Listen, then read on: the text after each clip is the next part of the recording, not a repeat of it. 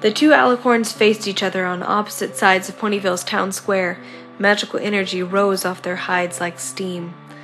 "Foolish daymare," said Luna, her booming voice echoing off the surrounding buildings. "You fight in vain. Darkness and candy shall be the order of the day, or rather night." She laughed an evil laugh. Several of the foals watching the exchange cheered. "We think not, our wayward sister," Celestia replied in a rare exercise of royal Canterlot voice. "We decree that these ponies should rest at the night, so that they have plenty of energy for chores and schoolwork come daybreak." Other, more studious-looking foals, and more than a few of the older ponies, cheered.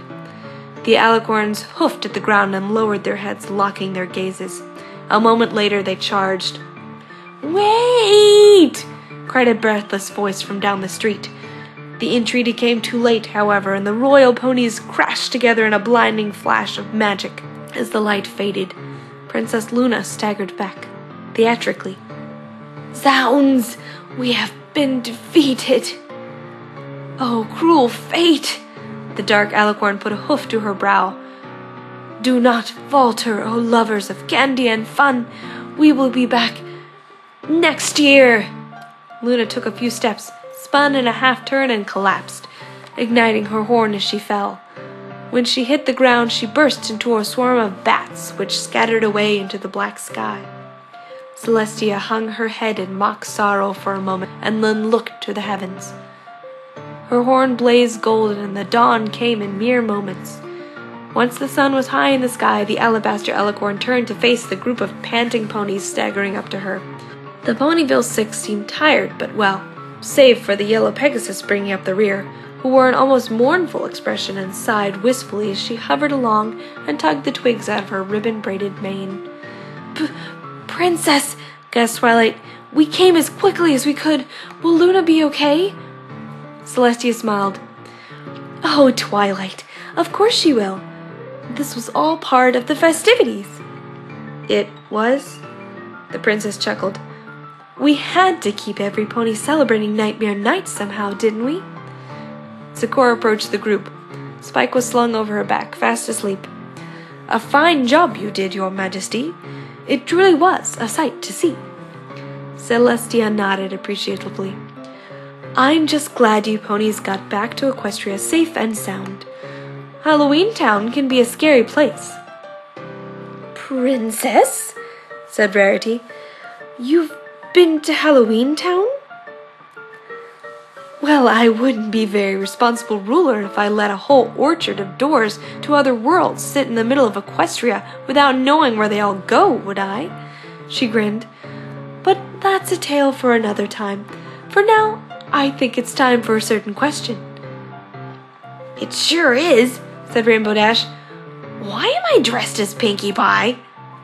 The gathered ponies shared a laugh. "Dear Princess Celestia, I am pleased to tell you that your subjects' first visit to Halloween Town went over excellently.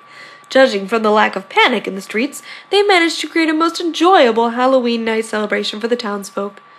And that means I got to do something I haven't done in quite some time. Take the night off." "Jack, don't tell me you're doing paperwork." The skeleton looked up from his writing. Before him stood an absolute vision of loveliness.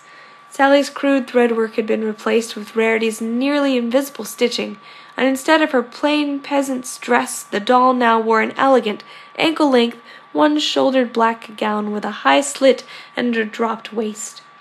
Her hair was pulled back and held in a bun with a pair of chopstick-thin bones. A black ribbon choker, set with a pumpkin-shaped cameo, hugged her neck. Jack smiled so widely he worried his jaw would drop off. "Wouldn't dream of it, my dear. Just sending off a quick thank-you letter." "I'd rather not take up any more of said night in writing. So let me close by saying that after this, I may well take you up on your suggestion that I visit some day. Your friend, Jack Skellington." Jack folded the letter and tossed it into the gaping, fiery maw of a nearby jack-o'-lantern. He stood up, straightened his brand-new tuxedo, and walked to the middle of the wooded clearing where his lady love stood waiting to dance, a black rose clenched in her teeth. Hey guys, thank you so much for tuning in. That's the end of The Nightmare After Nightmare Night by Saddlesoap Opera.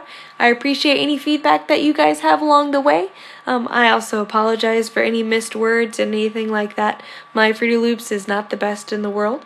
But if you have any suggestions for any new fanfictions you'd like me to read, particularly any Christmas ones that you'd like me to do, just let me know. Leave comments, subscribe, like, whatever you'd like. And thank you guys so much. Have a good night.